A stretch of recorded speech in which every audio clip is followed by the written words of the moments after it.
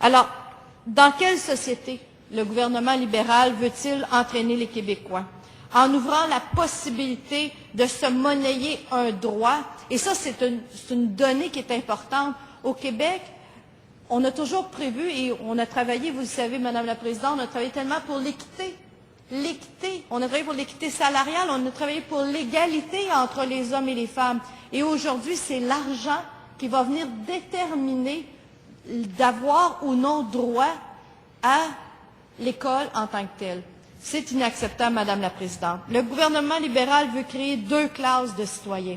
Moi qui est représentante d'une circonscription, Hochelaga-Maisonneuve, et on sait que dans Hochelaga-Maisonneuve, nous avons une clientèle démunie, une forte clientèle démunie. Je ne peux pas accepter que les gens d'Hochelaga-Maisonneuve soient traités comme une sous-classe dans cette société. Je ne peux pas l'accepter. C'est impossible.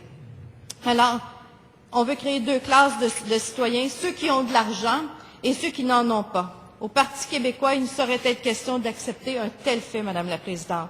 Et sur ce point, nous sommes heureux de constater que la majorité des intervenants qui ont participé à la commission parlementaire ont rejeté ce projet de loi-là. D'ailleurs, je reprendrai un texte qui a été publié par le Conseil supérieur de la langue française. Vous savez à quoi ça sert, les conseils supérieurs? Bon, le gouvernement a décidé de mettre la hache dans l'ensemble des conseils au gouvernement. Conseil de la famille, il sera aboli. Comme porte-parole de la famille, vous comprendrez que j'en suis très désolée. Ce conseil-là a un rôle.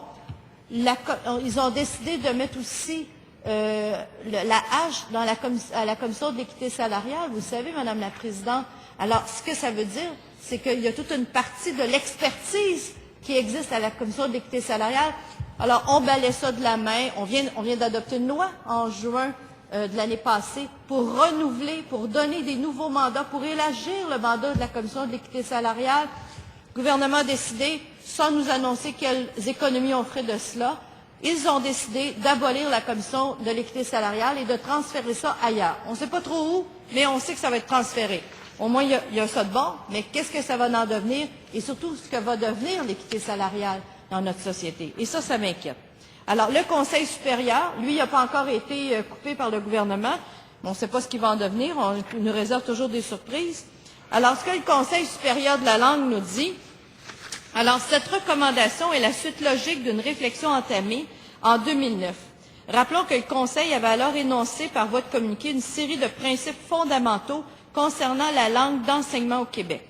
Selon ces principes, il n'est pas acceptable d'acheter pour ses enfants et ses descendants un droit à l'enseignement en anglais dispensé dans des écoles financées par l'État. Le principe d'égalité, on y revient toujours, c'est toujours à ça qu'on revient, Madame la Présidente. Le principe d'égalité et d'équité doivent être pris en compte. De plus, l'école doit demeurer au cœur de la cohésion sociale, particulièrement lorsqu'il s'agit d'enfants immigrants. Est-ce qu'on est en train de se dire, Madame la Présidente, que les immigrants vont dorénavant avoir le droit d'acheter un droit? Non, mais c'est assez incroyable. Des gens qui choisissent le Québec. Est-ce qu'ils choisissent le Québec en connaissance de cause? C'est plutôt ça qu'il faut se demander. Et ça m'inquiète, parce que quand je regarde les réponses que la ministre de l'Immigration fait depuis 2 jours, elle ne sait même pas quel seuil on va avoir. Elle nous annonce des réponses qui sont incohérentes avec la loi.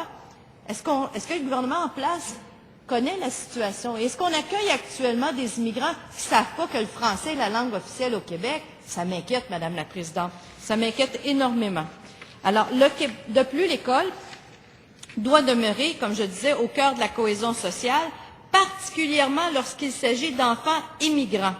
Comme le rappelle l'avis rendu public par le Conseil en juin 2008, rapport qui s'appelait « Le français, langue de cohésion sociale », c'est par la fréquentation de l'école française que les enfants d'immigrants parviendront à mieux maîtriser le français, à s'intégrer à la société québécoise. C'est bien la langue de communication qui fait qu'on entre en relation avec les autres, qui fait qu'on s'intègre dans une société.